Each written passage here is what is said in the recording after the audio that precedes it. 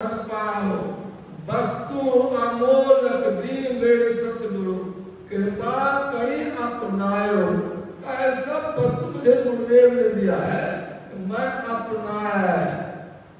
भव सागर सुख लो, मैं करण का फिक्र नहीं है मुझे। जिसको परमात्मा ऐसी लगन लग गया ना, उनको संसार सागर से तैरने में कोई विलंब नहीं होगा। मीरा ने कहा प्रभु का मैं भर सवलिया हूँ।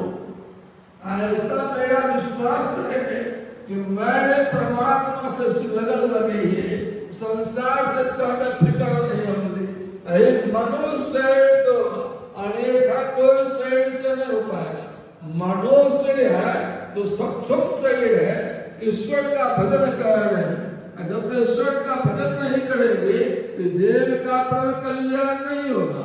सुने कालकी महारानी को करुण जी समझा रहा था, हरि भजन खगेशा मिटने जीवन के कलेशा। जब तक भगवान का भजन नहीं करेंगे तब तो जीवन का कलेश, जीवन का दुख का अंत नहीं होगा। हम लोग चाहते जीवन का दुख का अंत हो जाए, यह संभव नहीं है संसार में।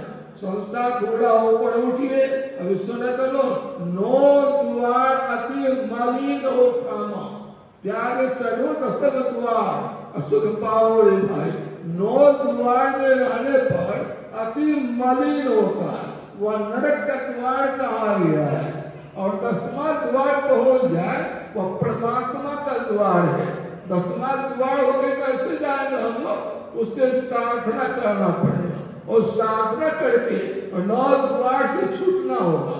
और 10वां द्वार में जाएंगे तब तक सुख की प्राप्ति होगा। गुरु महाराज ने कहा अद्भुत अंतर की डगरिया जापा चलकर प्रभु मिलती, दाता सतगुरु धन धन जो राह लखा देते। चलत पंथ सुख होत माय जहाँ अधर झड़ते, अमृत ध्वनि की नौबत झाड़ बड़ भागी सुनते। सुनत लखत सुख लाहत अनुभूति मेरे प्रभु मिलते। सुनत लखत सुनना होगा, परमात्मा आवाज को सुनना होगा। लखत मतलब देखना होता है, जैसे आपको देख रहे हैं वैसे परमात्मा को देखना होता है। परमात्मा देखने के लिए आत्मदृष्टि चाहिए। बाहर के दृष्टि से सुना हम लोग, बाहर के दृष्टि से माया का दर्शन होता है, नाशवान वस्तु का दर्शन होता है। जो अपने अंदर में वह 10वां द्वार जाएंगे, वहां परमात्मा दर्शन होगी। जब परमात्मा दर्शन होगा ना तो सुबह हमारा जीवन का लाभ हो जाएगा। ऐसे कहने थोड़ी होगा, उसे करना पड़ेगा, अभ्यास करना पड़ेगा।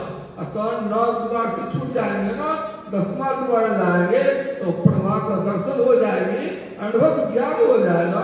अनुमान की आवश्यकता नहीं। गुरुमान ने कहा मैं ही जो अनुभव ज्ञान हो, अनुमान क्या करे।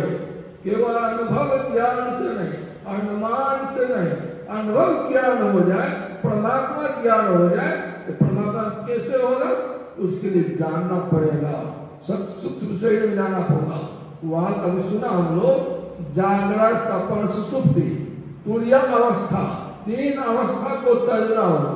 जागृत में भी सपन सुसुप्ति को और तुरीय अवस्था में जाना पड़ेगा। तब तुरीयातीत होता है। तुरीय अवस्था में कैसे जाएगा?